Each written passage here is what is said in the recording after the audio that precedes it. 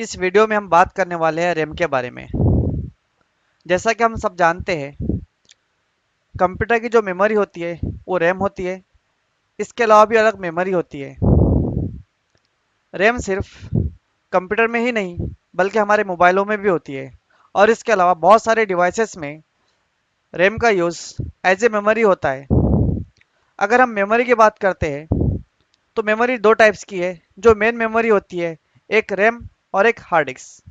Hard disk के बारे में हम अगले वीडियो में देखेंगे। इस वीडियो में हम सिर्फ रैम के बारे में देखने वाले हैं। इसके अलावा और भी बहुत सी मेमोरी है। लास्ट वीडियो में हम कैबिनेट, एसएमपीएस, मदरबोर्ड और प्रोसेसर पढ़ चुके हैं। इस वीडियो में हम बात करने वाले हैं सिर्फ रैम के बारे में। तो रैम क्या होती है? रैम एक रैंडम एक्सेस मेमोरी है। इसको रैंडम एक्सेस मेमोरी इसलिए बोला जाता है कि डेटा को रीडर राइट करती है। डेटा को रीडर राइट कैसे करती है? जब भी हम कुछ फाइल को सेव करते हैं और फाइल को ओपन करते हैं तो रैम से होकर ही जाता है और रैम से होकर ही आता है। इसका as a primary memory work होता है। रैम को हम प्राइमरी मेमोरी भी कहते हैं। प्राइमरी मेमोरी इसलिए कहते हैं कि सबसे पहले जब हम कीबोर्ड से कुछ टाइप करते हैं तो सबसे पहले रैम के पास ही जाता है, फिर वहां से प्रोसेसर के पास जाता है, फिर प्रोसेस होकर हार्ड डिस्क के पास जाता है, यानी सेकेंडरी मेमोरी के पास जाता है। अगर हम हमारे कंप्यूटर से रैम निकाल ले तो हमको डिस्प्ले नहीं आएगा, क्योंकि रैम ही एक ऐसा डिवाइस होता है जिसके जरिए हमको डिस्प्ले आता है। इसलिए कभी भी अगर आपके पास सिस्टम में डिस्प्ले नहीं आता है तो 90% जो इशू रहता है, 90% जो प्रॉब्लम रहता है, आपके रैम का ही प्रॉब्लम रहता है। तो आपको उस कंडीशन में क्या करना होगा? जो रैम लगी होती है, यहाँ मदरबोर्ड पे जो स्लॉट होता है उस स्लॉट पे लगी हुई होती है। आपके पास इस स्लॉट पे इस तरह के दो साइड में दो नॉच होते हैं। आपको थंब की मदद से पुश करना होगा बैक साइड में। जब आप पीछे उसको पुश करेंगे तो रैम ऑटोमेटिक इजीली निकल जाएंगी। रैम निकलने के बाद उसको आप जो स्लॉट रहता है, स्लॉट के अंदर थोड़ी डस्ट वगैरह लगी हुई है तो उसको आप ट्वीजर वगैरह कुछ पिन वगैरह से साफ कर लीजिए, उसको डस्ट निकाल दीजिए। देन रैम जो रहती है उसको भी आप साफ कर लीजिए, और हो सके तो जो पेंसिल का इरेजर जो रहता है उस इरेजर से उसको आप अच्छी तरह साफ कर लीजिए, या फिर पेट्रोल से भी साफ कर सकते हैं। साफ करने के बाद आप फिर से लगाइए और फिर सिस्टम को रिस्टार्ट करके देखिए तो आपके पास 90% जो डिस्प्ले का प्रॉब्लम है वो सॉल्व हो जाता है। या फिर आप स्लॉट चेंज करके देखिए।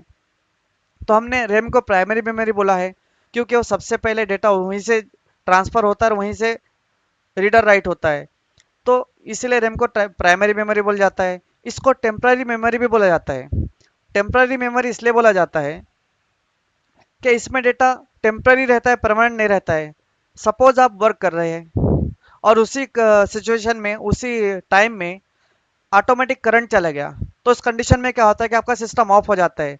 उस वक्त आप फाइल को सेव नहीं करे थे तो आपको जो आपका डेटा है वो रिटर्न नहीं मिलता है, क्योंकि वो उस वक्त रैम में ही था।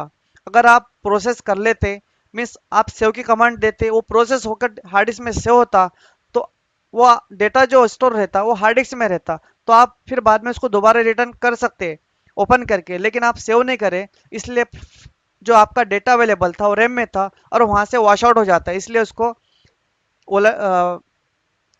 प्राइमरी मेमोरी के बाद में टेम्पररी मेमोरी बोला जाता है, क्योंकि वहाँ पे डेटा परमानेंट नहीं रहता है। डेटा मेमोरी में नहीं रहता है, रैम में नहीं रहता है। डेटा जो अवेलेबल रहता है वो हार्ड डिस्क में ही रहता है। तो इसलिए रैम को प्राइमरी मेमोरी इसलिए बोला गया है कि सबसे पहले डेटा वहाँ से आता है। टेम्पररी इसलिए बोला गया कि वहाँ पे डेटा परमानेंट नहीं रहता है। और इसको वोलेटाइल मेमोरी भी बोला जाता है।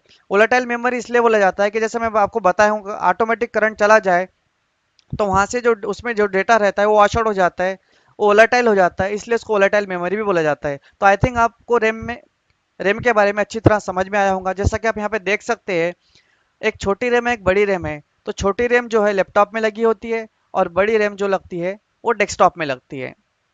तो एक रैम के बारे में इंफॉर्मेशन थी। नेक्स्ट मैं आपको बताया हूँ कि रैम की जो है मेमोरी की जो है दो टाइप है, एक प्राइमरी मेमोरी और एक सेकेंडरी मेमोरी। सेकेंडरी मेमोरी जो होती है हमारी हार्ड डिस्क होती है, जिसमें एचडीडी यानी हार्ड डिस्क ड्राइव, एसएसडी यानी सॉलिड स्टोरेज डिवाइस या सॉलिड स्टोरेज ड्राइव, इसके बारे में हम कल देखने वाले हैं। सीडी यानी कॉम्पैक्ट डिस्क और यूएसबी फ्लैश ड्राइव यानी आपका पेन ड्राइव, ये तो सेकेंडरी स्टोरेज हो गए। तो हम आज जो देख रहे हैं वो प्राइमरी मेमोरी के बारे में ही देख रहे हैं, यानी रैम के अंदर रोम नॉन वोलाटाइल होता है। इसको भी हम जब हार्ड डिस्क का वीडियो कंप्लीट हो जाएगा तो अगले वीडियो में हम रोम के बारे में और सीमॉस के बारे में और बायोस के बारे में, तीनों के बारे में एक साथ पढ़ेंगे। तो रैम जो है एच डी रैम जो कि पहले यूज होती थी अब यूज नहीं होती है। देन डी रैम ये भी पहले यूज होती थी अब यूज नहीं होती है। तो डी रैम में फिर अलग अलग टाइप आई। एच डी रैम जो पहले यूज होती थी, अगर हम पी थ्री कंप्यूटर की बात करें तो उस कंप्यूटर में एच डी रैम यूज होता था। देन आर डी रैम ये भी पहले यूज होता था। मेन मेन जो लेटेस्ट में रैम आई है वो है डी डी आर और एच डी रैम। तो डी डी आर में चार टाइप है, D D R one, D D R two, D D R three और डी डी आर फोर। तो जो पी फोर कंप्यूटर आए उसमें D D R one use होने लगा, फिर उसके बाद में डुअल कोर वगैरह में D D R two use होने लगा। फिर अगर हम आई थ्री की बात करें तो उसमें D D R three use होने लगा। अभी जो लेटेस्ट में रैम आ रहे हैं और लेटेस्ट में जो जितने मदरबोर्ड आ रहे हैं वो डी डी आर फोर है। तो हम कोई भी रैम कोई भी मदरबोर्ड पे नहीं लगा सकते। उसके वोल्टेजेस होते हैं, आप देख सकते हैं इस तरह इसके नॉच होते हैं। उसको नॉच के हिसाब से जो मदरबोर्ड पे स्लॉट होते हैं उसके हिसाब से ही लगाया जाता है। पी फोर के कंप्यूटर में D D R two RAM नहीं लगा सकते, वहाँ पे डी डी आर वन ही लगाना पड़ेगा। आई थ्री के सिस्टम में हम डी डी आर टू नहीं लगा सकते, वहाँ पे डी डी आर थ्री ही लगाना पड़ेगा। और अभी जो लेटेस्ट जनरेशन के सिस्टम है उसमें हम डी डी आर टू नहीं लगा सकते, उसमें डी डी आर फोर ही लगाना पड़ेगा। तो ये रैम रैम की टाइप्स थी। देन रैम को इसके अलावा वोल्टेज के नाम से भी जाना जाता है। अगर मदरबोर्ड पे हमको समझ में नहीं आ रहा है कि इसमें कौन सी रैम लगेंगी, डी डी आर वन लगेंगी, टू लगेंगी, थ्री लगेंगी या फोर लगेंगी, तो हम इस तरह उस पर वोल्टेज देख सकते हैं। यहाँ पे जो स्लॉट होता है, इस स्लॉट पे इस एरिया में आप अगर आपके घर पे मदरबोर्ड है तो आप देख सकते हैं उस मदरबोर्ड पे इस तरह वोल्टेजेस लिखे हुए रहते हैं। डी डी आर वन का जो वोल्टेज रहता है वो 2.5 वोल्ट रहता है, जो कि पी फोर कंप्यूटर में आता था। लेकिन अभी पी फोर कोई भी यूज़ नहीं कर रहा है। अगर डी डी आर टू अगर आपके घर पे कंप्यूटर है यानी कोटोडियो वगैरह, तो उसमें 1.8 रैम आती है जिसमें D D R two RAM लगती है। डी डी आर थ्री में डी डी आर थ्री का जो वोल्टेज रहता है वो 1.5 रहता है और डी डी आर फोर का जो वोल्टेज रहता है वो 1.2 रहता है। अब इसमें जो पिंस रहती है ये पिंस की नंबर्स है कि किसमें कितने पिन रहती है। तो ये सॉरी यहाँ पे बाय मिस्टेक मैं चेंज नहीं किया हूँ, कंप्यूटर प्रोसेसर एक्चुअल यहाँ पे कंप्यूटर रैम होना चाहिए था। तो ये जो है